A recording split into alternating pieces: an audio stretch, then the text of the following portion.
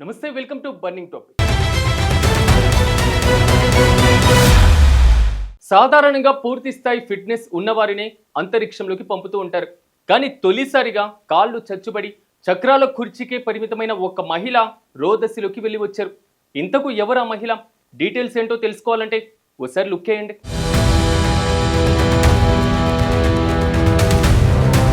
అంతరిక్ష పరిశోధనా రంగంలో చారిత్రాత్మక ఘట్టం నమోదైంది. జర్మనీకి చెందిన aerospace engineer Michaela Benthaus wheel chair ను ఉపయోగిస్తూ అంతరిక్షంలోకి వెళ్లిన తొలి వ్యక్తిగా ప్రపంచ రికార్డు సృష్టించారు. అమెజాన్ అధినేత జెఫ్ బెజోస్ కు చెందిన బ్లూ ఆరిజిన్ సంస్థ చేపట్టిన NS-37 మిషన్లో భాగంగా ఆమె ఈ అసాధారణ విజయాన్ని సాధించారు. టెక్సాస్లోని లాంచ్ సైట్ 1 నుండి న్యూ షెపర్డ్ వ్యోమనౌక ద్వారా మరో 5 సభ్యులతో కలిసి ఆమె అంతరిక్షంలోకి ప్రయాణించారు. కేవలం 10 నిమిషాల పాటు సాగిన ఈ ప్రయాణంలో భూమికి సుమారు 105 కిలోమీటర్ల ఎత్తులో ఆమె భారరహిత స్థితిని అనుభవించారు.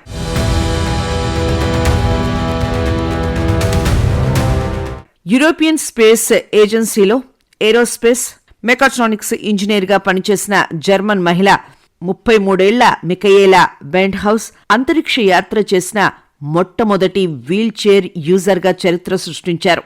సముద్ర మట్టానికి 100 కిలోమీటర్ల ఎత్తులో ఉండే కర్మన్ లైన్ ను దాటి ప్రయాణించి వచ్చారు.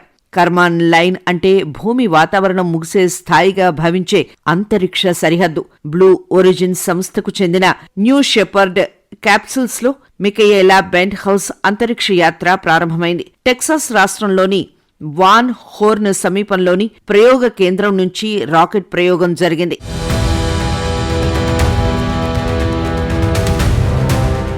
ఈ మిషన్ కు NS-37 అని పేరు.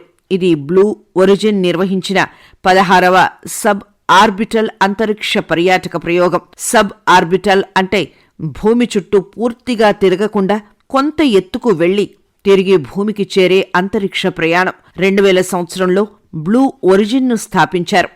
దీని లక్ష్యం సాధారణ వ్యోమగాముల్లా కాకపోయినా ఎక్కువ మందికి అంతరిక్ష ప్రయాణాన్ని చేరువ చేయడమే.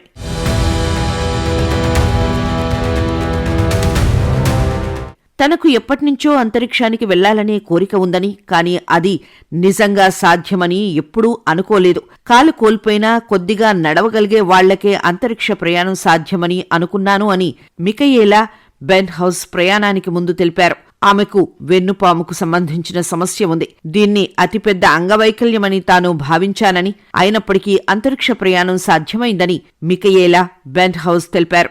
ఎన్నో సాహస ఈవెంట్లు చేసే బెంట్ హౌస్ కు 2018లో మౌంటైన్ బైకింగ్ ప్రమాదంలో వెన్నుముక్క దెబ్బతింది. ఆ తర్వాత వీల్ చైర్కే పరిమితమై ఇంజనీరింగ్ పరిశోధనపై దృష్టి పెట్టింది. న్యూ షెపర్డ్ యాత్ర సుమారు 10 నిమిషాలు సాగింది. మికయేలా బెంట్ హౌస్ తో పాటు మరో 5 ప్రయాణికులను కర్మాన్ లైన్ దాటించారు. శబ్ద వేగానికి 3 మించి రాకెట్ దూసుకెళ్లింది.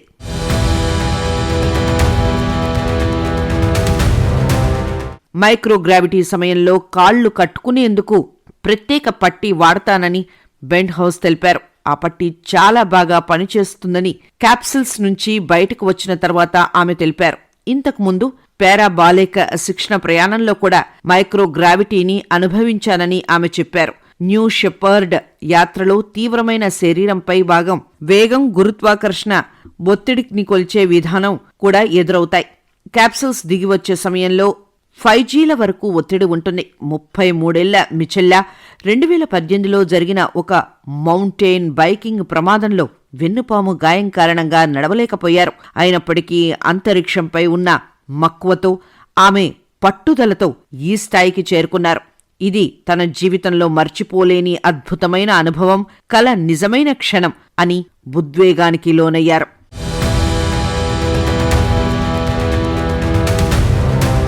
శారీరక వైకల్యం అనేది కలలను చేరుకోవడానికి అడ్డంకి కాదని నిరూపించింది. మిచెల్లా కృషిపైన ప్రపంచవ్యాప్తంగా ప్రశంసలు వెల్లువెత్తుతున్నాయి. ఆమెతో పాటుగా ఈ యాత్రలో మాజీ స్పేస్ ఎక్స్ ఎగ్జిక్యూటివ్ హన్స్ కోనింగ్స్మాన్ కూడా పాల్గొనడం విశేషం. ఈ విజయం భవిష్యత్తులో దివ్యాంగులు కూడా అంతరిక్ష యాత్రలు చేసేందుకు బాటలు వేస్తుంది.